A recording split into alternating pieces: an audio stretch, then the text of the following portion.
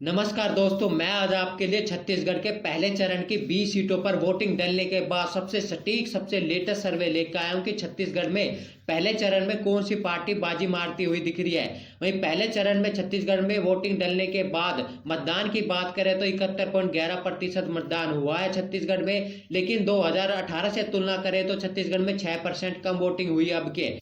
वहीं छत्तीसगढ़ में सबसे अधिक मतदान की बात करें तो भानु प्रताप विधानसभा सीट पर हुआ जो 79.10% है। वहीं सबसे कम बात करें तो मतदान मिर्जापुर विधानसभा सीट पर हुआ जो 40.98% है। वहीं पहले चरण में की बात करें तो बस्तर संभाग की 20 विधानसभा सीटें आती है। वहीं दुर्ग संभाग की 8 विधानसभा सीटें पर वोटिंग डाली गई है।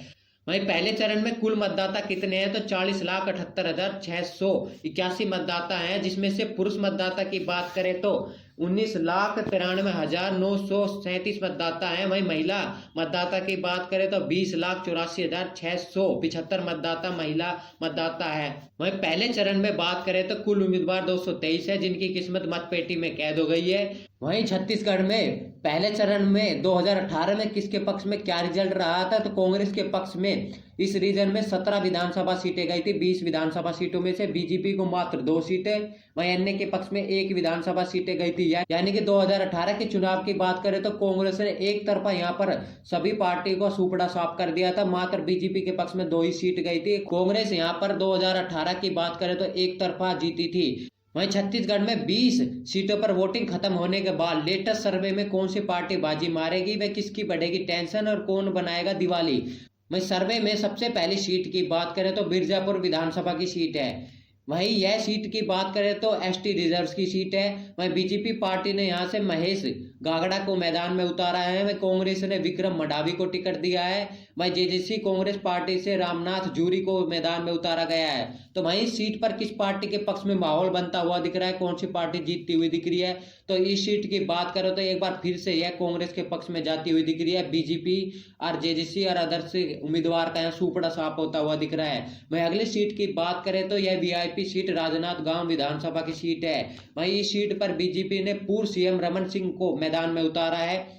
वहीं कांग्रेस की तरफ से भूपेश बघेल के करीबी गिरीश देवांगन को मैदान में उतारा गया है। वहीं बीएसपी ने बिंदु फुले को टिकट दिया गया है। वहीं इस सीट पर किस पार्टी के पक्ष में माहौल बनता हुआ दिख रहा है, तो इस सीट की बात करें तो यह सीट बीजेपी के खाते में जाती हुई दिख रही है। वहीं पिछली बार भी यह कांग्रेस की आंधी में रमन सिंह ने इस सीट पर अपनी जीत बरकरार रखी थी। रमन सिंह यहाँ से लगभग 6 बार से विधायक चुने गए हैं। वहीं अगली सीट की बात करें तो कवर्धा विधानसभा की सीट है। वहीं कांग्रेस की तरफ से यहाँ पर इकलौते मुस्लिम मंत्री भी है। वहीं कांग्रेस ने अकबर भाई को टिकट फिर दिया है। वहीं बीजेपी की तरफ से विजय शर्मा को मैदान में उतारा है। वहीं जेजेसी पार्टी ने सुनील केसवानी को टिकट दिया है। वहीं 2018 में अकबर भाई ने सबसे बड़े अंतर से यहाँ चुनाव जीता था। वहीं खूब सुर्खियां बटोरी थी। वहीं सीट पर किस पार्टी के पक्ष में माहौल बनता हुआ दिख रहा है, यह सीट एक बार फिर से कांग्रेस के पक्ष में जाती हुई दिख रही है और वहीं अकबर भाई एक बार फिर से जीतते हुए दिख रहे हैं। वहीं अगली सीट की बात करें तो अंतागढ़ विधानसभा की सीट है।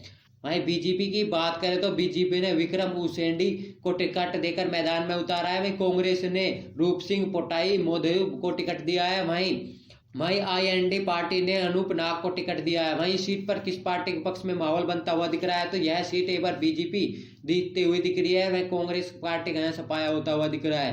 वहीं अगली सीट की बात करें तो भानु प्रतापपुर विधानसभा की सीट है। वहीं कांग्रेस ने यहाँ से सावित्री मनोज मंडावी को मैदान में उतारा है। वहीं बीजेपी ने गौतम उड़के को मैदान में उतारा है। वहीं आम आदमी पार्टी ने कोमल हुपेडी पर दाव खेला है। वहीं यह सीट किस पार्टी के पक्ष में जाती हुई दिख रही है। वहीं इस सीट की बात करें तो हमेशा बीजेपी और कांग्रेस में यहाँ पर कांटे की टक्कर देखने को मिलती है।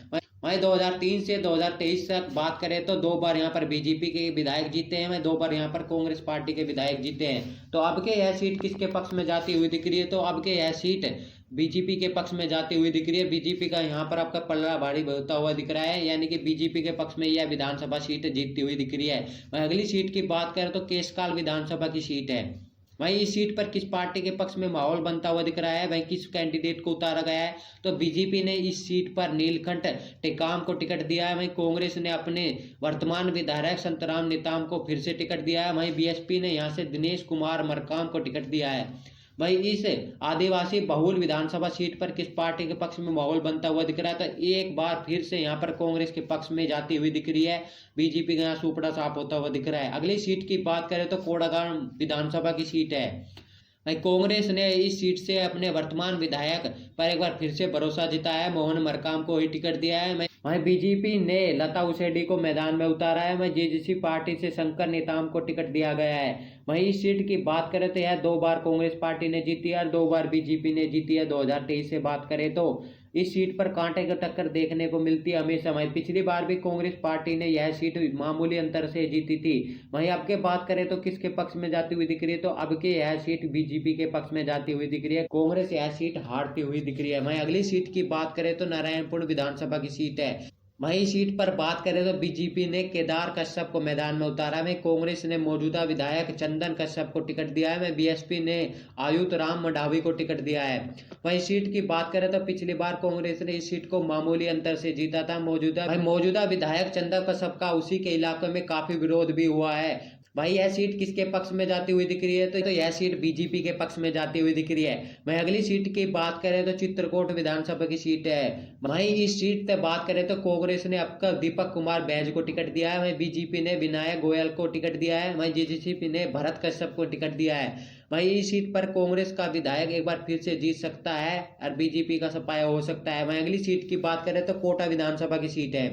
कांग्रेस ने इस सीट से कवासी लखमा को टिकट दिया है। वहीं बीजेपी ने सोयम मुकमा को टिकट दिया है। वहीं सीपीआई पार्टी ने जेजेसी पार्टी के साथ गठबंधन है, उसने मनीष गुंजाव को टिकट दिया है। वहीं इस सीट की बात करें तो यह बीजेपी के पक्ष में जाती हुई दिख रही है। वहीं अगली सीट की बात करें तो कांकेर विधानसभा की सीट है।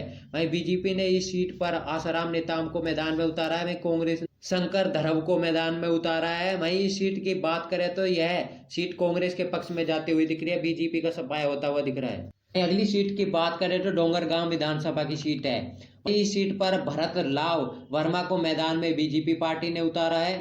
वहीं कांग्रेस पार्टी ने दलेश्वर साहू को टिकट दिया है। वहीं इस सीट पर किस पार्टी के पक्ष में माहौल बनता हुआ दिख रहा है, तो यह सीट कांग्रेस के पक्ष में जाती हुई दिख रही है। वहीं अगली सीट की बात करें तो खुजी विधानसभा की सीट है। वहीं सीट पर गीता धासी को साहू को टिकट दिया है बीजेपी पार्टी ने। वहीं कांग्रेस पार्टी ने भोलाराम साहू को टिकट दिया है। वहीं सीट पर किस पार्टी के पक्ष में माहौल बनता हुआ दिख रहा है। वहीं इस सीट की बात करें तो यह कांग्रेस का गढ़ भी माना जाता है। इस सीट पर एक बार फिर से कांग्रेस पार्टी के पक्ष में जाती हुई दिख रही है।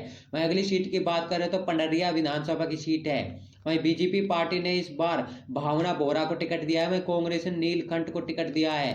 वहीं इस सीट पर किस पार्टी के पक्ष में माहौल बनता हुआ दिख रहा है, तो यह सीट एक बार फिर से कांग्रेस पार्टी के पक्ष में जाती हुई दिख रही है।